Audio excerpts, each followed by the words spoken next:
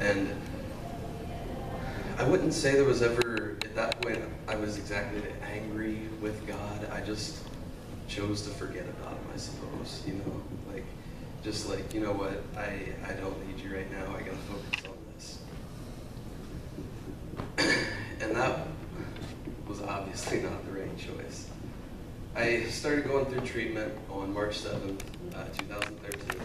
Went through about 3 months of it, you know. It wasn't that bad, you know. I was like, you know, I thought this was worse than it actually was. Like, it's not that big of a deal, like I can handle this.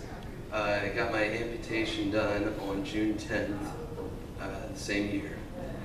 And even that, you know, wasn't that big of a deal, like something you can get over.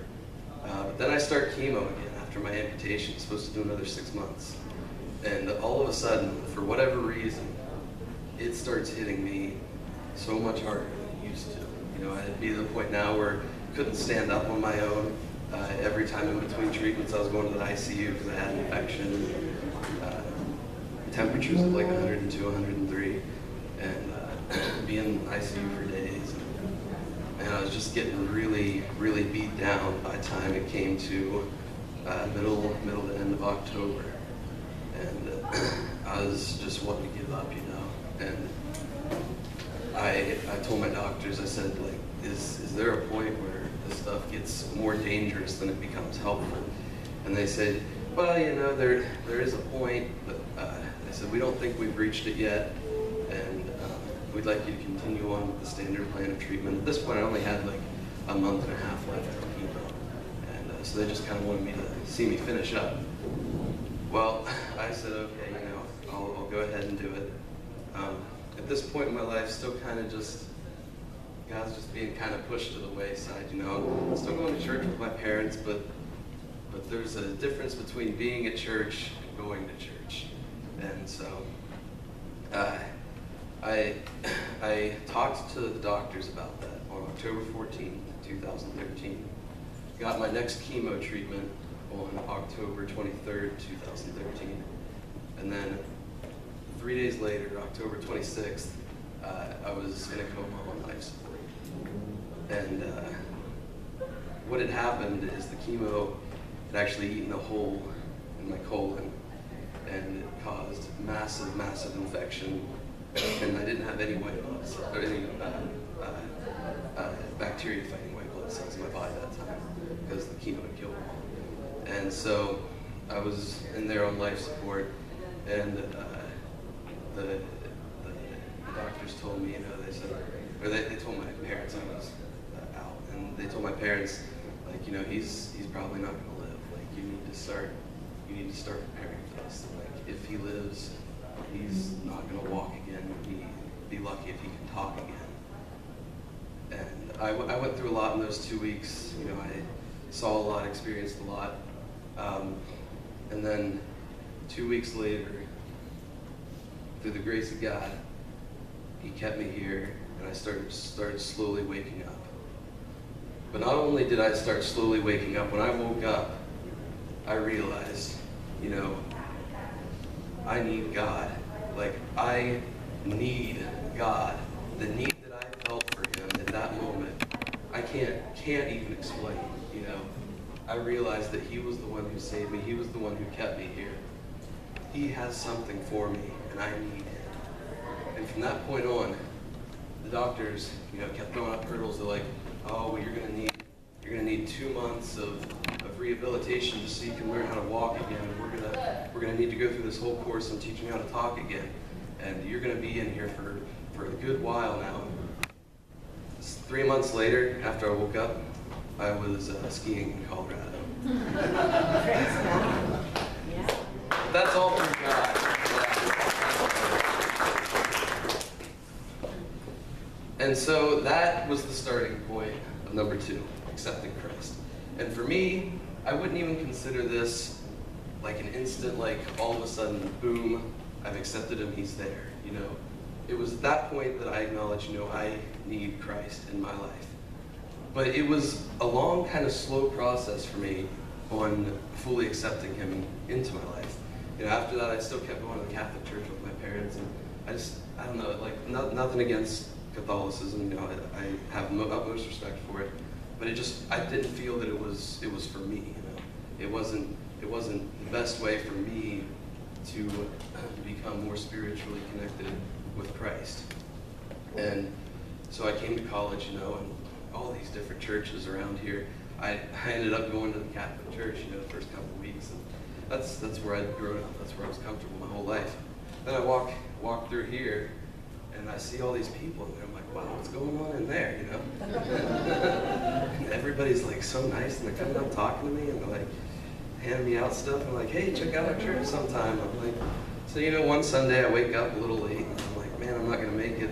And I'm like, you know, I'll just try out that new AFC place.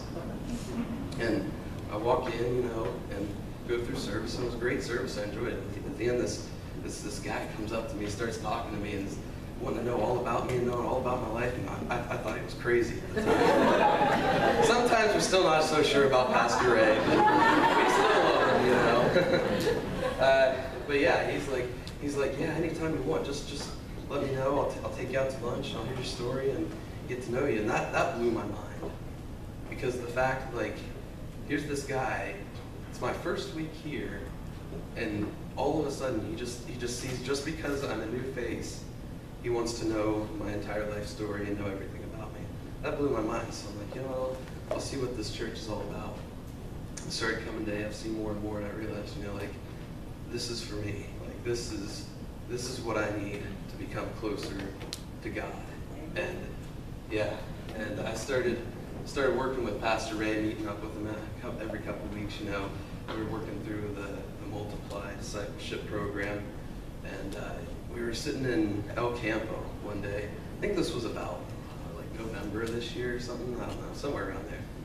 And we were sitting in El Campo.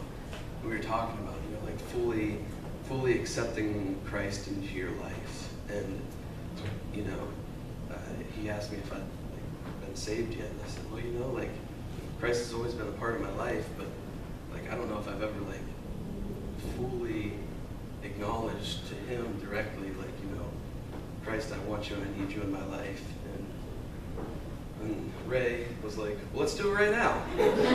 Right in the middle of El Campo. I was like, you know, okay, I'm up for that. Like, yeah, that sounds great. And you know, we're sitting in the middle of El Campo, and it's just quiet, and we're the only ones in there, and like even all the waiters and waitresses and owners happen to be in the back talking, and it just was such a perfect moment inside that little restaurant.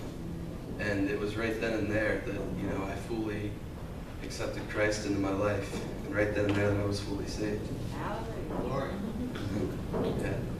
And so I've been working with Ray on that discipleship process, and, you know, ever since I started coming here, like, my faith has grown immensely, and I've become so much closer to God, and he has been able to work through me and help me spread it to other people. And, you know, like, you hear that story at face value, it's like, oh, that's so terrible. Like, how do you get through that? And like, the thing is I don't get through that. I cannot handle that. That's right. But you know who can handle that? Is God. God can handle every bit of that like it's nothing, like no problem. And through God, all that stuff, thinking about it now, becomes like nothing. And he has done so much through my life because of this. You know, because of this, he's given me the chance to go on a big ski trip out to Colorado every year with a big group of amputees who've all faced cancer before. And this past year, you know, you get to sit down and you get to talk to them, you hear their life story, and you can talk to them about God and stuff. And it's great. It's a beautiful experience. It's wonderful. I look forward to that every year. And he has given me the skills to, you know, get up and talk like this. Before all this, I couldn't do this. I would not be standing up here, you know. It wouldn't happen.